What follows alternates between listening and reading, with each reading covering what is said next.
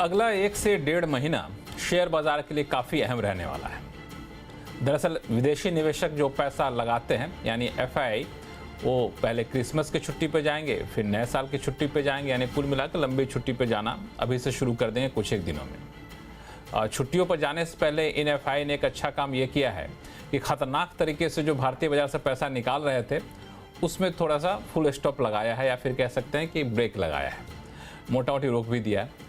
अब जब एफआईआई छुट्टियों से वापस आएंगे तो दो बड़ी घटना हो रही होगी। नया साल आते ही यूएस में डोनाल्ड ट्रंप सत्ता संभाल रहे होंगे, तो भारत में दूसरी तरफ वित्त मंत्री साहिबा बजट पेश कर रही होंगी।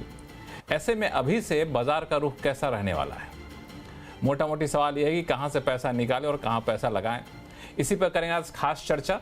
नमस्कार, मैं हूं लक्ष्मण रॉय और इस चर्चा में भाग लेने के लिए हमारे साथ हैं सीएनबीसी आवाज़ के मैनेजिंग एडिटर अनुज सिंघल, मार्केट एक्सपर्ट सुनील सुब्रमण्यम साहब हैं, ट्रस्ट म्यूचुअल फंड के सीआईओ मिहिर वोरा साहब हैं, मोजेक एसेट मैनेजमेंट के फाउंडर और सीईओ मनीष डांगे जी हैं, रॉक्सफेलर कैपिटल के मैनेजिंग पार्टनर अभिषेक अग्रवाल जी हैं और साथ में एसडब्ल्यू कैपिटल के डायरेक्टर पंकज जैन साहब हैं।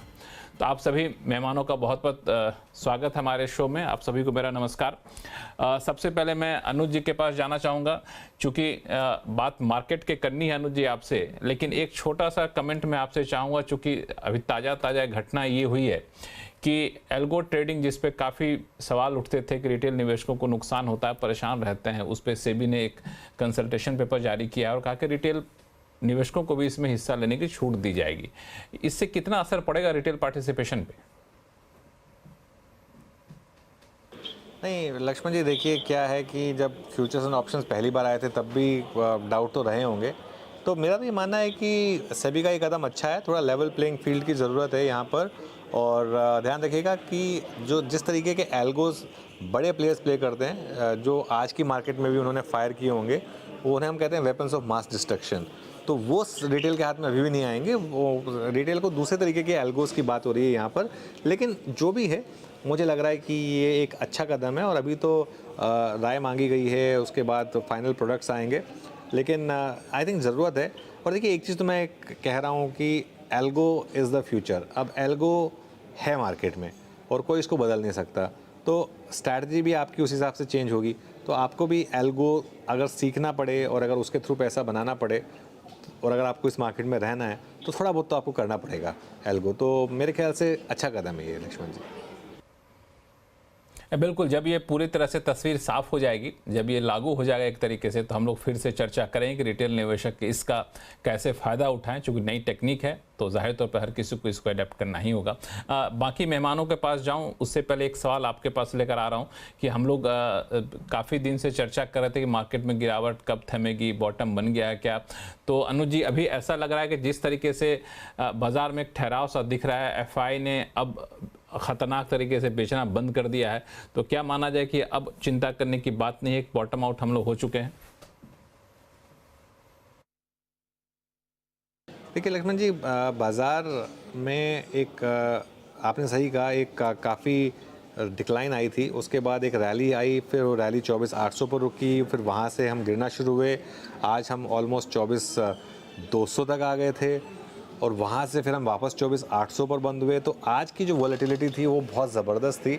नॉर्मली इस तरीके की वॉलेटिलिटी जो है वो ट्रेंड चेंज के आसपास आती है। अब इसमें बड़ा सवाल ये है कि असल ट्रेंड था क्या? वो जो पहले बड़ा ट्रेंड चला रहा था वो ट्रेंड अप था, या जो मीडियम ट्रेंड था जो हम गिरे थे वो ट्रेंड अप वो ट्रेंड था, या फिर जो एकदम सबसे नियरेस्ट ट्रेंड था वो ट्रेंड था? लेकिन जो भी है, मेरा ये मानना है कि मार्केट में बॉटम तो बन चुका है करीब 23,200 पर। अब 24,800 25,000 के ऊपर निकल गए, और उसके ऊपर अगर आप बंद हो गए तो मुझे लग रहा है कि फिर मार्केट वापस ऑल टाइम हाई की तरफ बढ़ेगा। बैंक निफ्टी पर मेरा व्यू रहा है कि इसी महीने हम ऑल टाइम हाई लगाएंगे। मेरा वो व्यू अभी भी इंटैक्ट है। हालांकि आज एक बार के लिए उस व्यू पे ज़रूर झटका लगा था जब बैंक निफ्टी ने 20 डे तोड़ा था, लेकिन वो क्लियर हो गया था कि वो सिर्फ इंट्राडे में था, और क्लोजिंग बेसिस पर मार्केट ने उसको फिर रिक्लेम किया, और क्लोजिंग बहुत शानदार रही आज मार्केट की। बिल्कुल बॉटम आउट हो गया है, लेकिन अब सवाल उठता है कि बाजार को यहाँ से अब नई रैली के लिए या फिर कहें कि वो तेजी पाने के लिए क्या किसी ट्रिगर का इंतजार है क्या? सुनील सुब्रमण्यम साहब, क्या लगता है कि हम ऐसे मोड़ पे खड़े हैं जो आमतौर पे ये जो हफ्ता होता आने वाले कुछ हफ्ते जो होते हैं बड़े सुस्त से होते हैं, क्योंकि एफआईज थोड़े से शांत बैठे रहते हैं, हमारे निवेशक भी छुट्टियों पर जा चुके होते हैं, तो ऐसे में आम निवेशक क्या करे कि किसी ट्रिगर का इंतजार करे कि इसका फायदा उठाए? देखिए, मेरे ख्याल में सबसे बड़ा ट्रिगर अर्निंग सीजन होगा। आपने बजट को मेंशन किया, आपने ट्रम्प के इनॉग्रेशन जनवरी 20 को हो रही है, मगर जनवरी 10 से हमारी अर्निंग्स सीजन शुरू होगी। और पिछली बार भी आपने देखा कि जो स्लो डाउन जीडीपी में के आंकड़े में बाद में आए, वो अर्निंग्स में पहले दिखे। तो मेरे ख्याल में डोमेस्टिक फंड मैनेजर्स के लिए अहम चीज है उस अर्निंग सीजन, क्योंकि इसके पीछे 2-3 सोच है। एक है कि जो पिछली हुई जो क्वार्टर थी उसमें 5.4% जीडीपी था, मगर आरबीआई गवर्नर ने इस क्वार्टर में 6.8 का ऐलान किया है, यानी करीबन 1.4% जीडीपी आंकड़े इंप्रूव होंगे। किस उम्मीद पर? एक है कि फेस्टिवल सीजन के आंकड़े थोड़े अच्छे लग रहे थे जो पिछले क्वार्टर में नहीं दिखे, और दूसरी बात है कि मॉनसून का पूरा इंपैक्ट भी अपने ऊपर यहाँ पर नहीं दिखा। तीसरी बात थी कि गवर्नमेंट अपना खर्चा पहले 2 तिमाही में ज्यादा नहीं किया, क्योंकि पहले नेशनल इलेक्शन था, उसके बाद महाराष्ट्र वाला इलेक्शन था। अब बजट के करीब होते ही वो अपना खर्चा फिर से शुरू करेंगे जम के। तो ये सब चीज हमें अर्निंग सीजन में ही दिखेगी, क्या असलियत में ये हो रहा है। तो मेरे ख्याल में डोमेस्टिक फंड मैनेजर्स जनवरी 10 सबसे अर्निंग शुरू होगी, तब तक ज्यादा वो खरीदारी नहीं करेंगे, कैश को हाथ में रखेंगे इस माहौल पर, बिकॉज उनको कैश चाहिए, गन पाउडर चाहिए जब क्लैरिटी आती है। और उस अर्निंग सीजन में भी ये क्वार्टर की अर्निंग्स को छोड़िए, क्या गाइडेंस दे रहे हैं पूरे साल के बारे में, इसके ऊपर ध्यान होगा। और बजट की ऐलान आपने की, फॉरेनर्स के लिए अहम होगा कि बजट के पहले मैं निवेश करूं, मगर डोमेस्टिक फंड मैनेजर्स फिर भी बजट के एक्चुअल नंबर्स के लिए रिवाइज्ड एस्टिमेट्स होंगे, क्या नेक्स्ट ईयर का कैपेक्स होगा, ये डेटा के लिए वेट करेंगे बिफोर वो निवेश करेंगे। और उसके पहले, जस्ट बजट के एक दिन पहले, इकोनॉमिक सर्वे भी बाहर आती है, वो साफ साफ आपको इकोनॉमी की हालत भी बता देगी। तो बहुत से ऐसे ट्रिगर्स हैं, इसलिए मेरा ख्याल है कि जनवरी 10-15 के बाद ही डोमेस्टिक फंड मैनेजर्स ज्यादा अपना पैसा निवेश करेंगे, एफआई थोड़ा आगे पीछे में आएंगे। मगर अगर बजट अच्छा निकला तो मार्केट बिल्कुल ऑल टाइम हाइस में एक बजट पोस्ट बजट सिनेरियो में पहुंच सकता है, अगर ये सब आंकड़े ठीक निकले तो मेरे ख्याल में 1 महीने के लिए रिटेल निवेश को भी थोड़ा शांत रहना चाहिए, क्योंकि बिना कोई ट्रिगर के ऐसे ही जाके पैसा डालना अच्छा नहीं होगा। हाँ, बिल्कुल। लेकिन इसमें ये भी ध्यान रखिएगा कि बजट इस बार शनिवार को आ रहा है, मतलब जो 1 फरवरी जो तारीख तय होती है वो शनिवार की तारीख है। अब देखना है कि 1 फरवरी को पेश करते हैं या नहीं, क्योंकि कई बार शनिवार को बजट पेश भी किया गया है, तो वो भी एक इंटरेस्टिंग ट्रिगर रहता है कई बार जब वीकेंड में बजट पेश किया जाता है। तो मिहिर वोरा साहब, सुनील जी ने बड़ा अच्छा कहा कि अर्निंग सीजन सबसे पहला ट्रिगर होगा। तो जो पिछला अर्निंग सीजन था जिसने मार्केट को सबसे ज्यादा निराश किया था, तो इस बार के अर्निंग सीजन में किस सेगमेंट पे आप लोग ज्यादा फोकस रखेंगे? नमस्कार लक्ष्मण जी। देखिए, अर्निंग्स सीजन डिसअपॉइंटिंग रहा है, लेकिन मैं ये कहूंगा कि ये ज्यादा डिसअपॉइंटिंग रहा है लार्ज कैप्स के लिए, खास करके जो बड़ी निफ्टी की कंपनीज है, निफ्टी 50 कंपनीज हैं, उसमें अर्निंग्स डिसअपॉइंटमेंट ज्यादा आए हैं। जो ब्रॉडर मार्केट है, जहां पे ज्यादा एक्शन है, ज्यादा ग्रोथ है, खास करके मिड कैप और स्मॉल कैप सेगमेंट में और एनएसई 500 में मैं कहूंगा, तो इतना बुरा हाल नहीं है। उसकी मेन वजह यह है कि निफ्टी के काफी सारे सेगमेंट जो है वो या तो फाइनेंशियल्स, बैंकिंग एंड फाइनेंस है, या तो आईटी है, या तो कमोडिटीज है, जो काफी सारा ग्लोबली लिंक्ड है।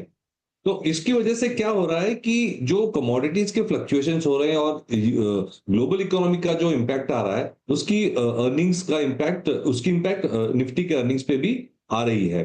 तो मेरे ख्याल से मैं actually frankly speaking overall earning season पे बेट नहीं कर रहा हूं, और मैं स्टॉक पिकिंग और सब सेक्टर पिकिंग में ही ज्यादा फोकस कर रहा हूं, क्योंकि निफ्टी का कॉम्पोजिशन तो चेंज होने नहीं वाला। जो कमोडिटीज लिंक सेगमेंट्स हैं वो तो वही रहेंगे, energy, oil and gas, metals, cement, IT, जो सारे जो लार्ज कैप आईटी कंपनीज भी अगर देखें तो ग्लोबली लिंक्ड है, और उनकी जो ग्रोथ रेट है वो भी 5 से 12% के बीच में ही है।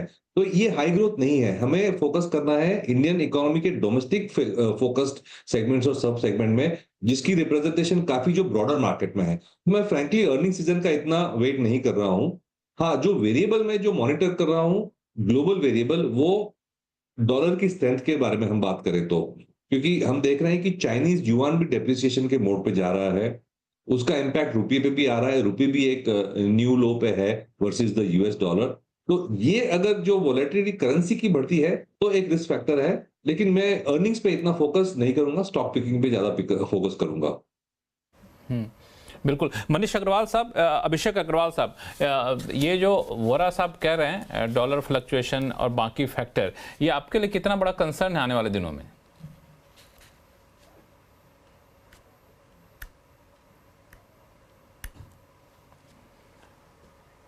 अभिषेक अग्रवाल साहब, आवाज आ रही है मेरी? जी जी। तो लक्ष्मण जी, कंसर्न तो मार्केट के अंदर में कई तरह से बनाई जा सकती है, और उसमें ये कंसर्न अब आप अगर देखेंगे तो फ्रेशली सामने आ रही है। इससे पहले कभी भी करेंसी को लेकर चर्चा नहीं हुई, क्योंकि प्रीवियस आरबीआई गवर्नर ने आई फील बहुत ही अच्छी तरह से हम अपनी पॉलिसी के थ्रू हमारे रिजर्व्स को एज वेल एज करेंसी के फ्लक्चुएशंस को, डिस्पाइट एफआई की इतनी हैवी सेलिंग रही है एक साल के दरमियान, बहुत ही अच्छा मैनेज किया है। बट ट्रम्प जी के आने के बाद जिस तरह से उनकी भी फोकस है कि यूएस फर्स्ट, एंड उन्हें भी अपना ट्रेड डेफिसिट बाकी कंट्रीज के सामने जो है बैलेंस आउट करना है, तो मुझे लग रहा है कि यूएस एक्सपोर्ट ओरिएंटेड जो है ज़्यादा होने वाला है, जिसकी वजह से अब ये बिल्कुल पॉसिबल है कि उनकी जो करेंसी है डॉलर, यूएस डॉलर, वो स्ट्रेंथ हो सकती है, और उससे हमारी करेंसी पे नेगेटिव इम्पैक्ट आ सकता है, which otherwise is definitely one thing which would boost again inflation, and at the same time जो depreciation जब रुपये का आता है तो एक तरह की एफआई को भी ये पसंद नहीं है, सो रिटर्न पे कॉम्प्रोमाइज होते हैं। सो डेफिनेटली ये देखने वाली बात है, वॉच करने वाली बात है। हालांकि मुझे लगता है कि नए आरबीआई गवर्नर के लिए सबसे बड़ा चैलेंज जो रहने वाला उनमें से एक ये भी रहेगा कि पिछले गवर्नर ने तो बड़ा अच्छे से मैनेज कर लिया, अब ये गवर्नर कितने अच्छे से मैनेज कर पाते हैं। डांगे साहब, क्या माना जाए अभी जो सिचुएशन है उसके बाद मार्केट में अब लोग थोड़े बहुत अब पॉजिटिव सोचना शुरू कर दिए हैं, तो कई सारे ट्रिगर हैं, एक यूएस का ट्रिगर है, अर्निंग सीजन का ट्रिगर है, तो अगर मैं आपसे सेक्टर स्पेसिफिक पूछूं तो किस सेक्टर पर आप ज़्यादा बेट कर रहे हैं आजकल?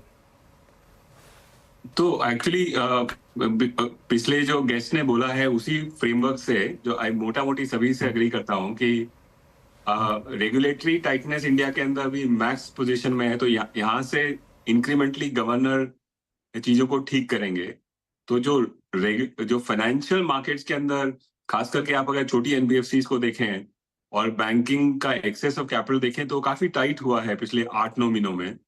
मेरे ख्याल से यहाँ से इंक्रीमेंटली चीजें सॉफ्ट होने लगेंगी, तो उसके थ्रू अगर आप एक ट्रेड लिखना चाहते हैं तो जो छोटी एनबीएफसी है उसके अंदर थोड़ी सी तहस-नहस हो गई है, 60-70% स्टॉक्स कई सारे डाउन हैं। तो हमारे ख्याल से हालांकि उनकी बैलेंस शीट यहाँ से डिटोरिएट होती चली जाएगी, लेकिन मार्केट ने उनको ऑलरेडी प्राइस कर दिया है, तो वहां से एक ट्रेड निकलता है। दूसरा है कि ट्रम्प वाला जो बात हुआ था कि ट्रम्प की वजह से tariffs most probably will lead to tight dollar, और अगर उसकी वजह से अगर हमारी करेंसी फर्दर वीक होती है तो लोकल इन्वेस्टर्स के लिए जो बेटर डिफेंसिव पोजीशन है वो आईटी है, क्योंकि वो थोड़ा सा डॉलर प्रॉक्सी है। तो उसकी वजह से रिलेटिव अगर मार्केट के अंदर आपको प्लेस करना है तो शायद आईटी के अंदर आपको एक हाइडिंग प्लेस मिलेगा। और तीसरा है कि इंडिया के अंदर सिक्लिकल डाउनटर्न जो है वो अंडरवे है, और ये करीबन 8-10 महीना और चलेगा मोस्ट प्रॉब्ली। तो इसके लिए जो लोकल डिस्क्रेशनरी है, जो लोकल कंजम्पशन सेंट्रिक थीम्स है, वहां से हमको दूर रहना चाहिए। तो अगर इन तीनों मैक्रो को इकट्ठा करके अगर मैं प्ले आउट करूं सेक्टर्स के अंदर तो इस तरह से चीजें दिखेंगी। बिल्कुल। यहाँ पे आईटी की चूंकि आपने बात की, आईटी में काफ़ी दिन तक थोड़ी सी निराशा हाथ लगी थी खासतौर से लार्ज कैप के लिए, लेकिन अब वो वापस से थोड़ी सी उम्मीद जगी और बेहतर परफॉर्म करने लगे हैं। अनु सिंघल साहब, मैं आपके पास आऊँगा, चूँकि आप आईटी सेक्टर को काफ़ी करीब से फॉलोअप करते भी रहे हैं, तो आपको क्या लगता है ये जो अब थोड़ा सा पॉजिटिवनेस देखने को मिल रहा है आईटी में और यहाँ तक कि लार्ज कैप में, तो कितना सस्टेनेबल लग रहा है आपको? देखिए लक्ष्मण जी, आईटी में 3-4 चीज़ें हैं जो पॉजिटिव जा रही हैं आईटी के लिए। सबसे बड़ी बात यहाँ पर अर्निंग्स की विजिबिलिटी है, क्योंकि यूएस इकोनॉमी काफ़ी रोबस्ट लग रही है। यूएस में रेट कट हैं, डोनाल्ड ट्रंप एज प्रेसिडेंट एक इकोनॉमी पॉजिटिव हैं, कॉर्पोरेट टैक्स भी कट करने की वो बात कह रहे हैं। अगर ऐसा होगा तो डिस्क्रिशनरी स्पेंडिंग कंपनियां कर पाएंगी। रेट कट की भी यूएस में बात हो रही है, वो वैल्यूएशन के लिए पॉजिटिव है। डॉलर काफ़ी स्ट्रांग है, वो आईटी कंपनियों के लिए पॉजिटिव है।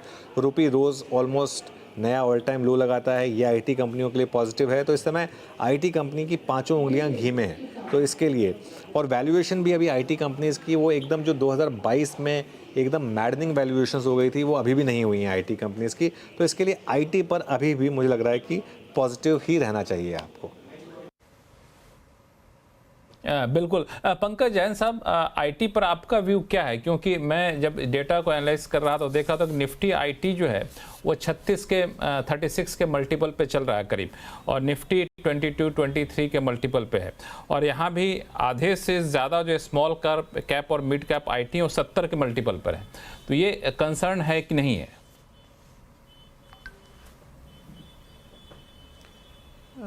लक्ष्मण जी, देखो आईटी टेक्नोलॉजी स्टॉक्स जो हैं डेफिनेटली आई थिंक एक बेटर प्लेस स्टॉक्स हैं। अगर हम देखें, जैसे आप अभी बात कर रहे थे, को पैनलिस्ट लोगों से भी बात कर रहे थे, मार्केट्स 2-3 भाग में बट गई है, और इसमें you have to be sector specific. अगर मार्केट में अगर हम देखें, कुछ एक सेक्टर्स हैं, टेक्नोलॉजीज का डेफिनेटली भाग है। टेक्नोलॉजी हुआ, हॉस्पिटैलिटी हुआ, सिलेक्ट फार्मा हुआ, हॉस्पिटल्स हुए। I think these are few sectors which are doing exceedingly well. और Q2 में हमने देखा था, in spite of challenging results जो कुछ एक क्वार्टर के आए थे, टेक्नोलॉजी और इन सब सेक्टर्स के रिजल्ट काफ़ी अच्छे थे। तो टेक्नोलॉजी में हम मान के चलते हैं कि जो आने वाले रिजल्ट्स आएंगे, Q3 के भी रिजल्ट्स आएंगे, काफ़ी एनकरेजिंग रिजल्ट्स होने चाहिए, पॉजिटिव रिजल्ट्स होने चाहिए, और यहाँ से भी एक अच्छे मोमेंटम के साथ टेक्नोलॉजी स्टॉक चलने चाहिए। ठीक है, उसके अंदर हमने देखा था कि पिछले दिनों में जो कुछ एक चुनिंदा मिड कैप टेक्नोलॉजी स्टॉक्स थे, उनमें हमने जो अभी रिसेंट करेक्शन आई थी, उस करेक्शन में भी कोई हमने बहुत ज़्यादा डीपर करेक्शन नहीं देखने को मिला। So all in all I think we are pretty positive and constructive on technology stocks. I think कहीं पर भी अगर मार्केट में जिस तरह का अपहीवल चल रहा है, जिस तरह के हम निफ्टी में अपहीवल देख रहे हैं बड़े बड़े, टेक्नोलॉजी स्टॉक्स में हम नीचे में हर टाइम बाय रहेंगे। So technology stocks along with hospital stocks, hospitality stocks, इनमें हम बायर बने रहेंगे। और जिस तरह के हमने रिजल्ट देखे थे एफएमसीजी से, आई थिंक वहाँ कंसर्न अभी भी बने हुए हैं। जिस तरह की गाइडेंस आ रही है, कुछ एक कंपनीज ने अभी रिसेंटली गाइडेंस दी है कि जो हमारा करंट क्वार्टर भी है, एक उसमें भी चैलेंजेस बरकरार रहेंगे। So these kind of sectors, हम सिलेक्ट मेटल्स हैंगे, मेटल्स में हम देख रहे हैं कि कॉन्टिन्यूस डंपिंग चल रही है इंटरनेशनल मार्केट से। So these are few sectors we'll have to be cautious on. Banking में भी हम देख रहे हैं कि एक ऐसा नहीं है कि अक्रॉस द बोर्ड सब बैंकिंग स्टॉक्स में एक पॉजिटिव रुझान है। सिलेक्ट बैंकिंग में आई थिंक एक पॉजिटिव रुझान चल रहा है, और उसमें भी पिक एंड चूज है। सो इन सब चीज़ों को मद्देनजर रख के देखें तो हमारे को लगता है कि मार्केट में नीचे के लेवल पे सेक्टर स्पेसिफिक चेरी पिकिंग है, और ऐसा नहीं है कि मार्केट का रुझान पूरी तरह बदल गया है। एफआईज भी मेरे को लग रहा है कि अभी भी एक कश्मकश में है कि वेदर कि बाय मोड में आ गए हैं, या अभी भी हम पिछले 2-3 दिन में देखा कि again they are into sale mode kind of thing. So ये चलता रहेगा, and we expect some kind of एक window dressing Santa Claus rally towards end of this year, end of calendar year.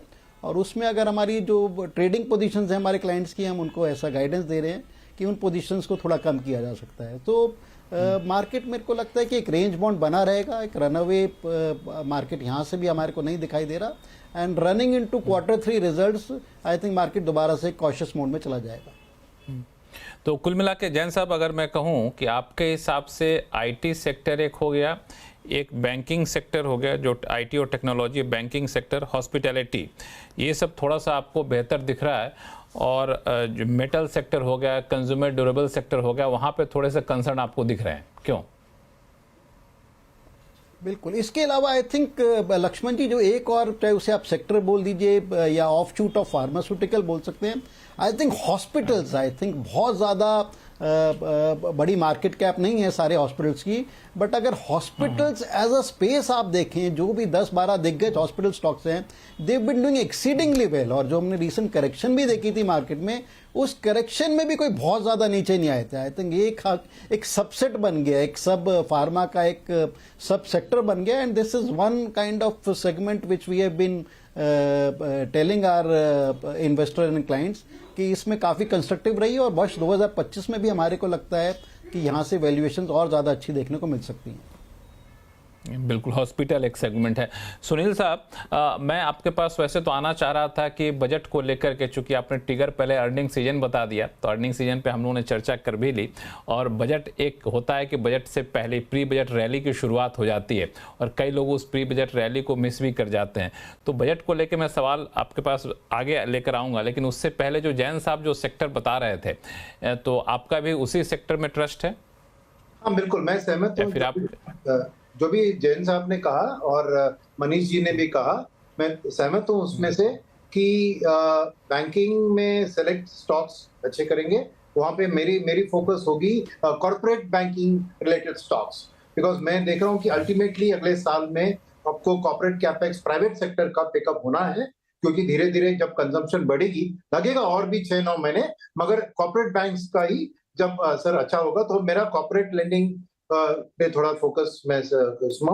And pharma में other than hospitals, वो मैं सहमत हूँ, मगर मेरे को हॉस्पिटल और डायग्नोस्टिक्स के अलावा एक्सपोर्ट ओरिएंटेड फार्मा में भी दो चीज है। एक है जो डॉलर स्ट्रेंथ है, वो एक्सपोर्ट फार्मा जैसे आईटी के लिए एक्सपोर्ट फार्मा को भी सपोर्ट करती है। और दूसरी बात है कि मेरे ख्याल में ये चाइना सबसे ज्यादा एपीआई प्रोड्यूस करती है। अब ये ट्रम्प की टैरिफ के कारण मेरे ख्याल में चाइना इंडिया का एक ग्राउंड लेवल पे गठबंधन होकर वो फार्मा इंडस्ट्री के एपीआई का मैन्युफैक्चरिंग थोड़ा इंडिया में शिफ्ट होके इंडिया से वो एक्सपोर्ट अमेरिका का जाने का एक अच्छा संभावना है। तो उसके कारण मेरे को फार्मा में पॉजिटिव लग रहा है, बिकॉज अल्टीमेटली 60% टैरिफ पे चाइनीज प्रोडक्ट्स, उनको भी दूसरे रास्ते ढूंढना, चाइना चुप नहीं बैठने वाली है। और इंडिया का, इसलिए मैंने देखा कि लाइन ऑफ कंट्रोल जो गठबंधन हो रहा है, थोड़ी बहुत सॉफ्टनेस हो रही है इंडिया चाइना रिलेशनशिप में, इसका ये भी एक कारण हो सकता है। मेरे को उतनी जानकारी नहीं है फॉरेन अफेयर्स में, मगर मेरे ख्याल में आने वाले दिन में चाइना इंडिया का एक थोड़ा ग्राउंड लेवल गठबंधन फार्मा सेक्टर के लिए, हमारी जो एक्सपोर्ट चाइना से डायरेक्ट अमेरिका में जा रही है, वो शायद इंडिया से रूट हो सकती है। तो मैं फार्मा भी पॉजिटिव हूँ इस चीज के कारण। अब कंज्यूमर में, कंज्यूमर ड्यूरेबल्स में, जैसे मनीष जी ने कहा, एक साइक्लिकल डाउनटर्न है और वक्त लगेगा वहां पे पिकअप। बट खास चीज क्या है, मुझे दो चीज देखनी है। एक, ये जो के शेप रिकवरी चल रही है वो अभी भी जारी है, यानी हाई एंड गाड़ियां, हाई एंड घर बिक रहे हैं, but bottom of the pyramid में नहीं हो रहा है। जब वो होगा तभी आपको कैपेसिटी यूटिलाइजेशन भी बढ़ेगा देश में। तो ये क्या, ये के शेप रिकवरी कंजम्पशन में एक यू शेप में, वी तो छोड़िए, यू में बदल सकता है, तब एक पॉजिटिव रुझान कंजम्पशन पे आ सकता है। मगर उसके अलावा रियल एस्टेट और कंज्यूमर जो ऑटो सेक्टर है, वहां पे के शेप हाई एंड ऑटो में अभी भी मैं डिमांड देख रहा हूं। तो सेलेक्ट पिकिंग कर सकते हैं हम कंजम्पशन सेक्टर में इस चीज के ऊपर। बाकी मैं सहमत हूं जो पंकज जी ने कहा। ठीक है, तो ये मोटा मोटी सहमति है सेक्टर को लेकर के। चूंकि बजट एक बड़ा ट्रिगर होता है, खासतौर से डोमेस्टिक जो बायर होते हैं वो बजट पे भी ध्यान देते हैं। तो सुनील जी, बाकी मेहमानों के पास भी जाऊंगा, लेकिन आपके पास आऊँ कि बजट को लेकर के आपका व्यू क्या है?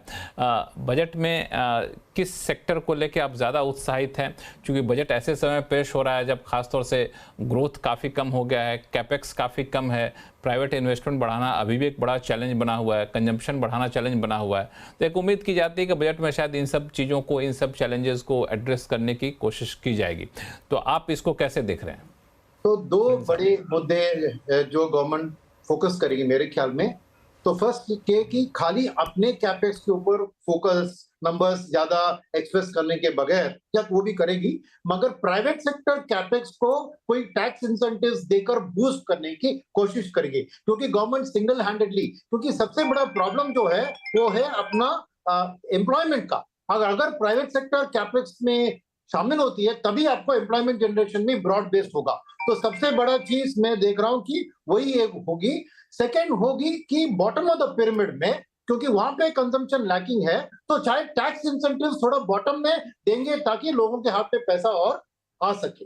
तो ये दो चीज मैं देख रहा हूं कि गवर्नमेंट कुछ इंसेंटिव्स प्राइवेट सेक्टर कैपेक्स के लिए देने की कोशिश करेगी, और दूसरा बॉटम ऑफ द पिरामिड में कुछ टैक्स रिलीफ देकर कंजम्पशन को बूस्ट करने की। ये दोनों प्राइवेट सेक्टर कैपेक्स के लिए पॉजिटिव रहेंगे। ये मेरे लिए दो बड़े मुद्दे मैं टारगेट करूंगा बजट के अंदर। मनीष डांगे साहब, चूंकि बजट की रैली जो शुरू होती है वो बजट से 1 महीने 1.5 महीने पहले से शुरू हो जाती है, तो अभी के मार्केट सेटअप को देख के क्या लगता है कब ये रैली शुरू होगी? क्योंकि मैं डेटा देख रहा था कि जो ऐतिहासिक जो रिटर्न का आंकड़ा था सेंसेक्स का, तो 1 फरवरी 2023 को जो बजट पेश हुआ था उससे 1 महीने पहले का रिटर्न जो है -2.39 था, और 3 महीने पहले का रिटर्न -1.85 था, जबकि उसके बाद का रिटर्न थोड़ा सा पॉजिटिव में दिखा था। तो आपको क्या लगता है इस बार बजट रैली शुरू होगी उस तरीके से जैसा हम लोग पहले देखते रहते, चूंकि एंट्रीम बजट पहले भी आ चुका है? नहीं, मुझे नहीं पता 1 महीने पहले क्या होगा। मेरे ख्याल से इस बार अगर ट्रम्प ट्रेड जो है वो मोस्ट डोमिनेटिंग पार्ट है मार्केट का, कि वो अच्छा इस बजट पर भारी हो जाएंगे ट्रम्प? बजट पे भारी हो जाएंगे। एक्चुअली क्या है, सबसे बड़ा इंडिया के लिए लेवर ये होने वाला है कि क्या वो जो 10-15% का टैरिफ की बात कर रहे हैं, वो बास्केट टैरिफ की जो चीजें हो रही है, वो अगर इंडिया पे भी लगता है क्या, और अगर वो लगता है तो उसकी इम्प्लीकेशंस इंडियन, जैसे आप कोई टेक्सटाइल एक्सपोर्टर हैं तो आपके लिए वो बहुत बड़ा इम्पैक्ट हो सकता है। आप आईटी इन्वेस्टर हैं तो आपके लिए पॉजिटिव है, लेकिन आईटी इंडस्ट्री अगर अंडरराइट कर चला रहे हैं तो वहां आपके लिए नुकसानदेह हो सकता है। तो ट्रम्प ट्रेड जो है वो ज्यादा डोमिनेटिंग है। बजट जो इंडिया के अंदर है वो कुछ साल पहले तक इसके लिए देखा जाता था कि कहाँ कहाँ टैरिफ रिड्यूस हुए हैं और कैसे हम ग्लोबलाइज कर रहे हैं। एज एन इन्वेस्टर अब मैं बजट को ऐसे देखता हूँ कि कहाँ कहाँ टैरिफ्स के प्रोटेक्शन आ रहे हैं इंडिया के अंदर, बिकॉज चारों तरफ से चाइना स्ट्रैंगुलेट कर रहा है हमको। तो कई सारी इंडस्ट्री है जिसके अंदर हम अनकम्पेरेटिव हो गए हैं और वहां पे टैरिफ्स की जरूरत है। बट फाइनल पॉइंट, बजट ये फैसिलिटेट करना चाहिए कि मॉनेटरी पॉलिसी ईज हो सके। फिलहाल 50 पैसा फिस्कल डेफिसिट कम करके अगर मॉनेटरी पॉलिसी ईज हो सके इंडिया के अंदर, तो वो एक जनरल मार्केट के लिए स्टिमुलस होगा। बिल्कुल, ये हालांकि मॉनेटरी पॉलिसी भी आएगी। हम लोग बजट तक जाके रुक गए थे, उसके बाद बजट के बाद ही कुछ एक हफ्ते में मॉनेटरी पॉलिसी आएगी। लेकिन ट्रम्प वाकई एक बड़ा कंसर्न है। अभी मैं आज दोपहर में एक वीडियो किसी ने मुझे भेजा, उसमें देखा कि वहाँ पे एक ट्रेन में एक शख्स जो है एडवर्टाइज कर रहा है, अपने आप को प्रचार कर रहा है। वो कोई सामान नहीं बेच रहा है, वो प्रचार कर रहा है कि मैं शादी करना चाहता हूँ, कोई शादी कर ले तो कर लूँगा मैं, और मैं खाना पीना सब दूंगा। यूएस का बंदा था, उसका ये कंसर्न था कि ट्रम्प आ गए तो कहीं वीज़ा नहीं मिले, आगे बढ़ जाएगा तो हमें फिर वापस देश छोड़ के जाना पड़ेगा। तो इस लेवल का कंसर्न हाई है। जब वहाँ पे लोकल लोगों में कंसर्न है तो जाहिर तौर पे निवेशक भी इसको लेकर टेंशन में रहेंगे। मेहर वोरा साहब, क्या लग रहा है कि बजट इस बार ठंडा ही रहेगा बजट को लेकर के माहौल, या फिर बजट से उम्मीदें बन रही है आप लोगों की? उम्मीदें ना रखे तो ही बेटर है, क्योंकि जिस तरह से माहौल बन रहा है, एक बैक ऑफ द माइंड में फियर ये भी है कि जो एफ्लुएंट क्लासेस है उनके लिए डायरेक्टली इनडायरेक्टली टैक्स बढ़ भी सकते हैं, खास करके बीच बीच में जो रेड हेरिंग छोड़ देते हैं कि कैपिटल गेन्स में ट्वीक होगा वगैरह। मेरे ख्याल से बजट मोटा मोटी नॉन इवेंट होगा तो ये पॉजिटिव होगा मार्केट के लिए। हमारे दर्शकों को डरा दिया आपने। नॉन इवेंट हो तो पॉजिटिव रहेगा मार्केट के लिए। हाँ, लेकिन ये जरूर देखना चाहिए कि गवर्नमेंट की जो कैपिटल स्पेंडिंग है उसकी पेस बनी रहती है कि नहीं, क्योंकि अभी भी जो बुलिशनेस है या जो पॉकेट्स ऑफ ग्रोथ हमें दिख रहे हैं वो अभी भी गवर्नमेंट स्पेंडिंग के लिंक दी है, क्योंकि private sector consumption and private sector जो कैपेक्स है वो अभी इतना पिकअप नहीं हुआ। वैसे पीएलआई वगैरह की वजह से एक बुलिशनेस और ऑप्टिमिज्म काफी है, लेकिन in terms of quantity of numbers अभी भी पिकअप होना बाकी है। तो मेरे ख्याल से जो 11 लाख करोड़ की कैपेक्स की बात करी थी बजट में लास्ट टाइम, जो ये FY25 में स्पेंड करेंगे, वो नंबर से 10-15% ग्रोथ अगर बढ़ेगा तो मार्केट के लिए अच्छा रहेगा, क्योंकि अभी भी मार्केट को उस तरह के सपोर्ट की जरूरत है। दूसरा बजट में ये भी देखना है उसमें तो दिक्कत ये हुई थी कि इलेक्शन आ गया था, तो इलेक्शन की वजह से जो है कैपेक्स थोड़ा बहुत रुक गया था, ये एक कंसर्न था। अब बाकी के बचे महीने में वो 65% कैपेक्स पूरा कर पाएंगे, वो मुझे थोड़ा सा चैलेंजिंग लग रहा है। दूसरा पॉइंट क्या करेगा? वैसे हम ग्लास हाफ फुल करके भी उसको देख सकते हैं, कि जो बचा हुआ है वो काफी है, तो जो नेक्स्ट 4 महीने बचे हैं उसमें हमें काफी एक्शन दिख सकती है। और एक इंडिकेशन भी आ रहे हैं काफी सारे, अगर आप अनाउंसमेंट देखें डिफेंस में, रेलवे में, रोड वगैरह में, तो एक एक्सेलरेशन तो हमें एक्टिविटी में दिख रही है। शायद फुल ईयर का टारगेट मीट ना कर पाए, बट डेफिनेटली सेकंड हाफ में काफी ज्यादा एक्टिविटी लग रही है। तो ये साल की बात करें। बट फ्यूचर की बात करें तो जैसे मैंने कहा कि गवर्नमेंट कैपेक्स का बरकरार रहना इम्पोर्टेंट है, क्योंकि अभी भी प्राइवेट का जो सपोर्ट जितना आना चाहिए उतना नहीं आया है, और उसकी वो नहीं हुआ तो जीडीपी ग्रोथ जो हम 7% का होप कर रहे हैं वो नहीं हो पाएगा। लेकिन दूसरी बात ये भी है कि जैसे हमने बात करी ये पैनल में, के शेप रिकवरी, तो वो एक कंसर्न आ रही है कि अगर स्टेट की हम 3-4 स्टेट के जो ट्रेंड देखे हमने कि पॉपुलिज्म की ओर जा रहे बजट, तो ये हमें ये भी देखना है कि ये बजट, सेंट्रल का जो बजट है, वो भी रेवेन्यू एक्सपेंडिचर में पॉपुलिज्म की ओर जा रहा है कि नहीं।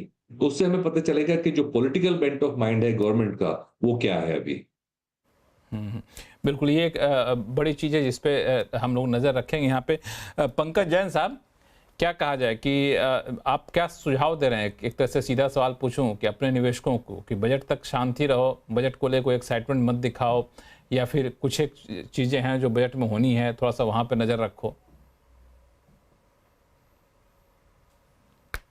लक्ष्मण जी देखो, जो हमने पिछले 15-20 साल में देखा है, आई थिंक बजट के लिए बिल्डअप ज़्यादा होता है एंड अल्टीमेटली कोई बहुत बड़ा it doesn't turn out to be a bigger event. I think it is a 1 or 2 day kind of affair. और अगर हम मार्केट की बात करें, अगर हम एज अ मार्केट पार्टिसिपेंट जो हम अपने क्लाइंट्स को एडवाइस देते हैं, I think they have to be cautious, they have to be alert कि जो रन अप, जो अभी आप थोड़ी देर पहले बात कर रहे थे कि run up to the budget में हम we don't expect any kind of serious rally into the market, क्योंकि आजकल बहुत बड़े बड़े मार्केट में प्लेयर्स हो गए हैं। But there are stock specific movements, कुछ हम देखते हैं कई बार किसी हफ्ते रेलवे स्टॉक चल गए, डिफेंस स्टॉक चल गए, कुछ पीएसयूज चल गए, सम काइंड ऑफ स्टोरीज।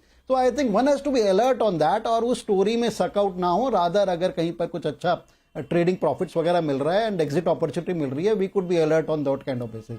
उसके अलावा आई थिंक जो मार्केट काफी मैच्योर हो गई है, मार्केट काफी बड़ी हो गई है। आई थिंक मार्केट जो मिनिमम गवर्नमेंट से एक्सपेक्ट करती है कि डोंट पोक दिस काइंड ऑफ रैली, पोक इन द सेंस कि कोई ऐसा कोई चीज अपनी पिटारे में से ना निकाल ले जो मार्केट को डिस्टर्ब कर दे। समथिंग लाइक अगर जैसे लास्ट ईयर भी हम बात करें, जो कैपिटल गेन्स बढ़ाए गए थे, I think market was not expecting that. और इस बार भी you never know, I think जिस तरह से मार्केट या गवर्नमेंट कमेंट्री थी पिछली बार, it was well justified, and जिस तरह की उनकी कमेंट्री थी ऐसा लग रहा था कि आने वाले साल, 2 साल, 3 साल में थोड़े से और अपवर्ड ट्रैक्शन पे जा सकते हैं। दे वर टॉकिंग अबाउट रैशनलाइजिंग की, जो इतने सारे सेक्टर हैं उनके अंदर एक रैशनलाइजेशन होनी चाहिए, and why capital market should be treated differently.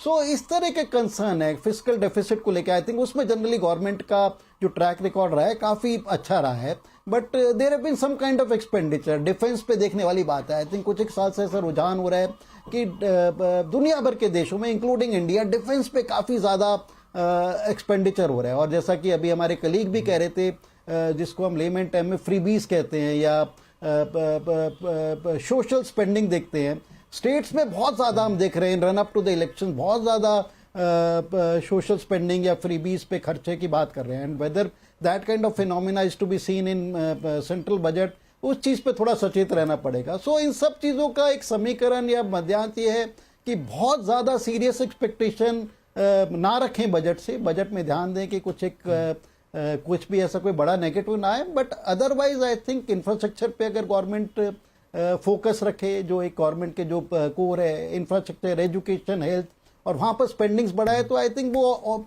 Automatically I think capital market या इकोनॉमी पे रिफ्लेक्ट करेगा। तो सब चीजों को देखते हुए आई थिंक बहुत बड़ी एक्सपेक्टेशन नहीं है हमारे को। कोई ऐसा नहीं है कि बजट के तरफ जाते हुए कोई मार्केट एक सीरियस रैली देने वाला है। There could be stock specific movements for some days, उन पे हमें ध्यान रखना चाहिए। बिल्कुल, स्टॉक स्पेसिफिक मूवमेंट पे जो आपने जैन साहब कही बात, मैं बिल्कुल स्टॉक स्पेसिफिक मूवमेंट की जो बात कही, मैंने देखा है कि ये चाहे म्यूचुअल फंड हाउसेस की बात करें या फिर दूसरे सेगमेंट की बात करें, तो वहाँ पे अब कोई सेक्टोरल, कोई मिड कैप, लार्ज कैप, इसको ज़्यादा देख करके लोग बड़ा ही स्टॉक स्पेसिफिक जा रहे हैं। तो अभिषेक अग्रवाल साहब, इसको क्या माना जाए कि ये लोग सचेत होकर कर रहे हैं या फिर लोगों को लगता है कि बिल्कुल अब जो फिल्टर करके देखो, जहाँ पे संभावना ज़्यादा हो वहीं पैसे लगाओ, भेड़ चाल वाली स्थिति में मत जाओ? क्या देख रहे हैं इस ट्रेंड को, कैसे आप पढ़ रहे हैं कि लोगों को लगता है कि नहीं अभी चिंताएं हैं बाजार में, हम लोग आंख बंद करके किसी सेक्टर पे फोकस ना करें, सिर्फ एक स्टॉक इंडिविजुअल फोकस किया तो अच्छा रहेगा? ये लक्ष्मण जी, आज के मार्केट में जब ये मार्केट ऐसा रेंज बाउंड होता है तब डेफिनेटली बॉटम्स अप जो अप्रोच है वही सबसे ज्यादा काम में आता है। सो अगर हम स्टॉक स्पेसिफिक आइडिया पे फोकस कर रहे हैं तो सर्टेनली वो हमेशा ही एक अच्छी स्ट्रैटेजी मानी जाती है, क्योंकि आप फिर लार्जली कंपनी के फंडामेंटल्स को देखते हुए एक बेट ले रहे हैं रादर देन की सेक्टर, बिकॉज सेक्टर बहुत बड़ा होता है। कोई भी सेक्टर आप उठाएंगे उसमें अनगिनत कंपनियां होती हैं, बट अगर जब तक कोई बहुत बड़ी पॉलिसी नहीं आए ऐसी जहां पे एक सेक्टर को एक लॉन्ग टर्म बेनिफिट मिले और उसमें बहुत सारे प्लेयर्स रहे और उन्हें सबको बेनिफिट मिले, तो वो सारी रैली एक सेक्टर वाइज हो, तब तक स्टॉक स्पेसिफिक अप्रोच जो है वो ज्यादा बेटर अलाइंड होता है आपको अगर लॉन्ग टर्म रिटर्न्स बनाने हैं। दूसरी बात, बजट की चर्चा हो रही थी तो उसमें मेरा जो थॉट प्रोसेस यही बनेगा कि गवर्नमेंट के लिए आज की डेट में प्रायोरिटी क्या है, राइट? उन्हें इन्फ्लेशन से लड़ना है, इन्फ्लेशन को कम करना है, उन्हें ये देखना है कि इंडिया जो है वो अपने लीडिंग पोजीशन पर है, इकोनॉमिक लेवल पे कंट्रीब्यूट करे और एम्प्लॉयमेंट जनरेट करे, बिकॉज डेफिनेटली एम्प्लॉयमेंट एक बहुत बड़ा इशू रखा है। सो हर तरह से अगर हम देखें तो बहुत लाइकली है, जैसे कि हमारे पैनलिस्ट ने भी कवर किया है, कि पॉपुलिस्ट बजट आ सकता है। एंड उसके इसमें जैसे अभी ट्रेंड भी हम देख रहे हैं कुछ कुछ स्टेट इलेक्शंस के अंदर में, जहाँ पे लाडली बहन करके जो स्कीम बीजेपी ने लॉन्च की महाराष्ट्र में, जहाँ वन ऑफ द रीजन है कि उनका इतना बड़ा टर्न अराउंड हो गया and they manage to come back in power, it might be a formula they like to continue going forward for different states. तो उस तरह से अगर मैं देखूं तो मैं ज्यादा होपफुल नहीं रहूंगा बजट को लेके, एंड स्टॉक स्पेसिफिक अप्रोच ही ज्यादा बेहतर रहेगा लॉन्ग टर्म के लिहाज से। बिल्कुल, सब लोग जो बार बार आप लोग कह रहे हैं कि बजट को लेके हम लोग बहुत ज़्यादा होपफुल नहीं रहेंगे, मुझे लगता है कि वित्त मंत्री साहिबा इस शो को देख लेंगी तो कहेंगे मेरे बजट पेश करने का फ़ायदा क्या है, फिर जब कोई उम्मीद ही नहीं रख रहे हैं तो फिर क्यों बजट पेश किया जाए। लेकिन ये बात अच्छी है कि बजट धीरे धीरे नॉन इवेंट सा होता जा रहा है और हर कोई यही कहता है कि बजट में कुछ बड़ा ऐलान ना हो तो ही अच्छा है, टैक्स के साथ कोई छेड़छाड़ ना हो तो ही अच्छा है, क्योंकि जब ये छेड़छाड़ करने की कोशिश की गई है बाजार बड़ा निराश हुआ है, यहाँ पे ये एक राय है। लेकिन इस बीच दो चीज़ें जो हुई हैं बड़ा इंपॉर्टेंट हुआ है। एक एसआईपी के जो आंकड़े आए हैं वो कह रहे हैं कि एसआईपी का फ्लो तो ठीक ठाक बना हुआ है, लेकिन न्यू एसआईपी का रजिस्ट्रेशन काफ़ी ज़्यादा कम हुआ है। और दूसरा, म्यूचुअल फंड के जो इन्वेस्टमेंट के जो ट्रेंड निकल कर सामने आए हैं वो भी थोड़े से बदले बदले से दिख रहे हैं। इसके क्या मायने निकाला जाए और इन्वेस्टर्स के लिए इससे क्या संकेत मिल रहा है, इस पर चर्चा करेंगे आप सभी मेहमानों के साथ। लेकिन फिलहाल वक्त है छोटे से ब्रेक का, ब्रेक के बाद जल्द लौटते हैं।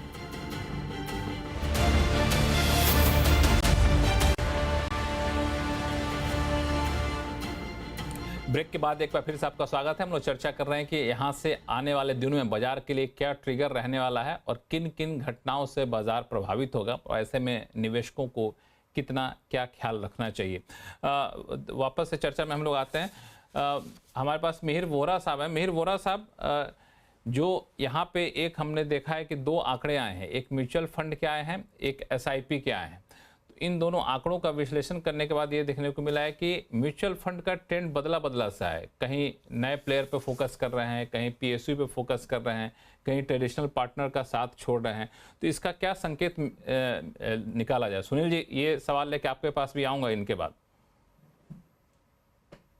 सॉरी, मैं आपका सवाल क्लियरली नहीं सुन पाया। मैंने कहा म्यूचुअल फंड के जो इन्वेस्टमेंट के आंकड़े आए हैं, ट्रेंड जो आया है उसमें मिक्स सा ट्रेंड दिख रहा है। कई जगह ये दिख रहा है कुछ म्यूचुअल फंड हाउस पुराने पार्टनर को, पुरानी ट्रेडिशनल कंपनियों को छोड़कर नई कंपनियों पर ज़्यादा भरोसा जता रहे हैं, कुछ लोग पीएसयूज पर ज़्यादा भरोसा जता रहे हैं। तो ये ट्रेंड क्या कहता है? अच्छा, पोर्टफोलियो की बात कर रहे हैं? हाँ, ओके ओके।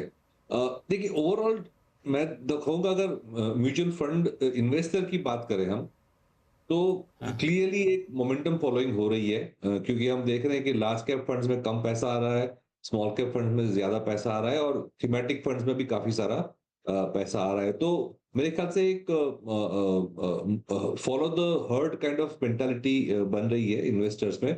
और जो म्यूचुअल फंड पैसे जब डिप्लॉय करते हैं तो ऑब्वियसली जो स्ट्रेटेजी में पैसा आता है तो उसमें ही डिप्लॉय करना पड़ता है। तो अगर स्मॉल कैप फंड में पैसा आया है तो स्मॉल कैप में ही डालना पड़ेगा, और उसमें हमने देखा है टिपिकली जो स्मॉल कैप स्टॉक्स होते हैं वही हाई ग्रोथ सेक्टर्स में होते हैं, तो इसलिए हम देखते हैं कि न्यू एज कंपनीज वगैरह में पैसा ज्यादा डालते हैं।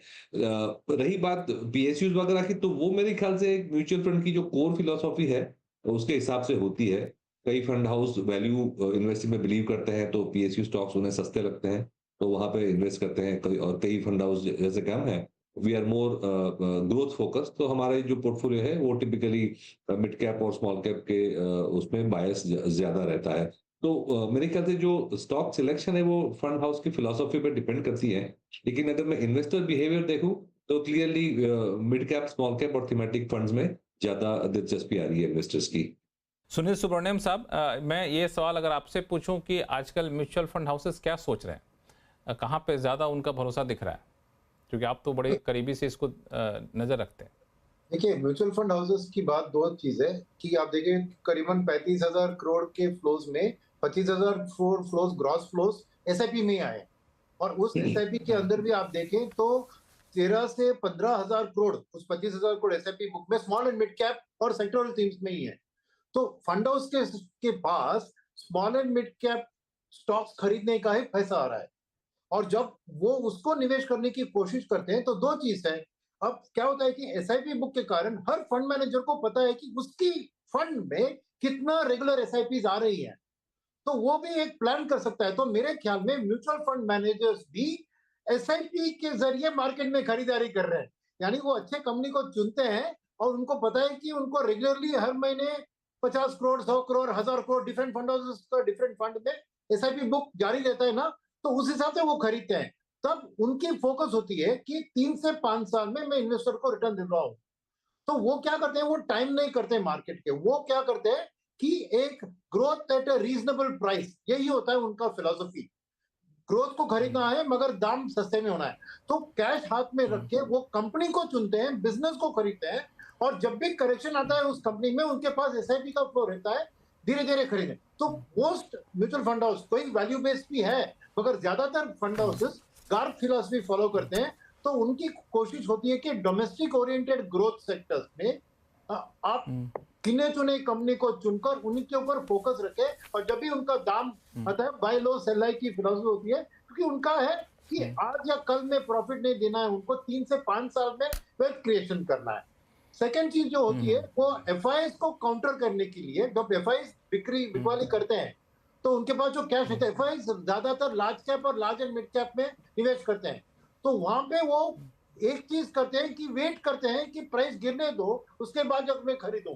तो वॉलिटिलिटी जो आता है वो इनकी वेट एंड वॉच पॉलिसी के कारण आती है। तो डोमेस्टिक ओरिएंटेड स्टॉक्स को स्मॉल एंड मिड कैप में वो लॉन्ग टर्म तरीके से सोच के खरीदते हैं, मगर लार्ज कैप में वो टैक्टिकली प्ले करते हैं कि एफआईएस का रुझान कैसा है, उस हिसाब से वो अंदर बाहर जाते हैं, जैसे आईटी सेक्टर या बैंक, बड़े बैंक्स के सेक्टर में या एफएमसीजी। नहीं, अगर मैं थोड़ा सा ज़्यादा स्पेसिफिक सवाल आपसे पूछूं, अगर कोई पूछे कि हमें म्यूचुअल फंड में पैसा लगाना है तो किस चीज़ का ख्याल लगे, किस सेगमेंट पे ज़्यादा फोकस रखे हो अभी के माहौल में, इस जंक्शन पे? मैं कहूंगा कि आपको मल्टी कैप और लार्ज एंड मिड कैप में निवेश करना बेहतर होगा, क्योंकि आपको फंड मैनेजर को पैसा देना है large cap, mid cap, small cap तीनों खरीदने लायक। आज क्या है, टिल्ट ज्यादा मिड एंड स्मॉल कैप पे जा रही है, तो फंड मैनेजर को भी हाथ बंधे हुए वही स्टॉक खरीदने की एक, क्योंकि सेबी ने नियम रखा है कि मिड कैप फंड में 65% मिड कैप ही रहना चाहिए और स्मॉल कैप में भी 65। तो अगर आप लार्ज एंड मिड कैप या मल्टी कैप में देंगे तो फंड मैनेजर के पास फ्लेक्सिबिलिटी बढ़ती है, तो आपके लिए भी वो एक डाइवर्सिफाइड पोर्टफोलियो अच्छी तरह से बिल्ड कर सकता है, तो आपकी भी भलाई उसी में होगी। तो मैं कहूंगा रिटेल निवेशकों को कि अब ज्यादातर flexi cap, large and mid cap, multi cap, ये 3 क्षेत्र में आप पैसा देंगे तो फंड मैनेजर के पास एक ब्रॉड बेस्ड फ्लेक्सिबिलिटी, जिससे आपको वो अच्छा मुनाफा दिलवा सकते हैं। बिल्कुल। तो ये एक मनीष डांगे साहब, मैं आपके पास अगर ये पूछूं कि जो एसआईपी के नए आंकड़े आए हैं, शायद आपने उस पर ध्यान दिया होगा, उसमें मैंने देखा है कि एसआईपी इनफ्लो तो मतलब इक्वल ही है, उसमें कोई बहुत ज़्यादा कमी नहीं है, 25,000 करोड़ के आसपास है, लेकिन नए एसआईपी का रजिस्ट्रेशन लगातार घट रहा है। अगर मैं देखूँ जुलाई से लेकर के, तो जुलाई में 72.62 था, फिर अगस्त में घटा फिर सितंबर में थोड़ा सा बढ़ा है, लेकिन फिर अक्टूबर में घट गया। नवंबर में तो 49.47 लाख तक पहुंच चुका है। तो ये नए एसआईपी का रजिस्ट्रेशन घटना क्या इंडिकेट करता है? आई थिंक एकदम बिग पिक्चर अगर देखेंगे तो इंडिया इन्वेस्टर जो है ओवरवेट है इक्विटी पे, और इंक्रीमेंटली म्यूचुअल फंड्स के जो बड़े पाइप्स डले हुए हैं हर छोटे छोटे शहर में जाकर के, दुकानें जो खुल गई हैं, और जैसे सिम कार्ड की दुकान थी वैसे अब हर जगह एसआईपी बिक रही है। तो एक लिमिटेशंस हर चीज की जो होती है वो उस पॉइंट पे as of right now hit कर रहा है। नेट एसआईपी अगर देखेंगे तो वो $1 बिलियन के आसपास में है। तो ये नंबर ग्रॉस बहुत बड़े हैं लेकिन अट्रीशन भी बहुत है। तो नेट एसआईपी तो 7-8 हजार 9 हजार करोड़ ही है। जनरली इक्विटी का फ्लो दो चीजों पर निर्भर करता है, कंज्यूमर कॉन्फिडेंस और पास्ट रिटर्न। ये दोनों चीजें अगर पॉजिटिव हैं तो ऑफ कोर्स फ्लोज बढ़ता चला जाता है, एक्सीलरेट होता है, अदरवाइज डिसेलरेट होता है। तो कम से कम उसमें से इस टूल का एक पहिया तो या एक पल्ला तो वीक हुआ है। कंज्यूमर कॉन्फिडेंस इंडिया में as of right now weak है। इसकी वजह से आई वोंट बी सरप्राइज कि अगले 6-8 दिनों तक, जो मेरा पहले भी व्यू था कि सिक्लिकल डाउनटर्न में जो फ्लोज हैं वो थोड़ा सा ड्विंडल होने चाहिए, और यही हम देख भी रहे हैं। और मेरे ख्याल से सभी म्यूचुअल फंड में ये मोटा मोटी आप जो अगर बात करें तो सॉर्ट ऑफ वीकनेस दिख रही है कि इंक्रीमेंटली ग्रॉस फ्लोज भी वीक हो रहे हैं। नेट फ्लोज ऑफ कोर्स मोटा मोटी वहीं स्टैग्नेंट है काफी समय से। अब अभिषेक अग्रवाल साहब, ये जो पिछले दिनों मार्केट में जो बड़ी गिरावट देखने को मिली थी, उसका तो असर नहीं कि लोग डर के थोड़े से पैसे लगाने कम कर दिए?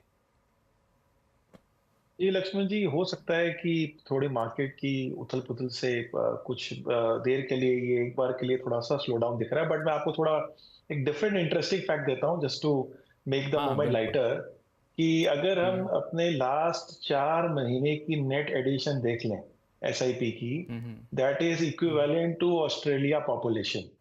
2.25 करोड़ की पूरी ऑस्ट्रेलिया की पॉपुलेशन है, उतना तो हमने 4 महीने में हमारे तो एसआईपी की एडिशन है। सो ये आप चेक करिए, मेरे को भी थोड़ा समय लगा था इसे डाइजेस्ट करने में, बट डेटा काफी पब्लिक है। सो कहने का तात्पर्य ये है कि हम अगर मंथ टू मंथ कंपेयर करेंगे तो हमें शायद डेटा कुछ डिफरेंट दिखेगा, बट अगर हम लॉन्ग टर्म ट्रेंड के साथ प्लॉट करेंगे तो बहुत इंटरेस्टिंग दिखेगा। जैसे कि इंडिया की अगर हम आज से 2 साल या कोविड से पहले देखें तो पूरा इन्वेस्टर बेस इंडिया का जो था वो 5 करोड़ था। अभी हम जिस तरह से जा रहे हैं उस हिसाब से तो साल के 6 करोड़ के रन रेट पे चल रहे हैं। सो कहने का मतलब है कि हमारे ओवरऑल फंडामेंटल बहुत स्ट्रॉन्ग है। 25,000 करोड़ एसआईपी जो आ रही है महीने की, वो बहुत सॉलिड नंबर है। एंड यही एक रीजन है कि मार्केट अभी तक संभला हुआ है। वरना अगर आप नेट सेल एफआई की देखें पूरे साल की, और सामने उसका अगर आप नेट बाय डीआई का देखें, तो आपको दिख जाएगा कि कितना बड़ा फर्क है। फॉर एग्जाम्पल करीबन मैं थोड़ा ऊपर नीचे हो सकता हूँ, but 3.25 lakh crore net selling है एफआई की, और 5.25 लाख की नेट बाइंग है।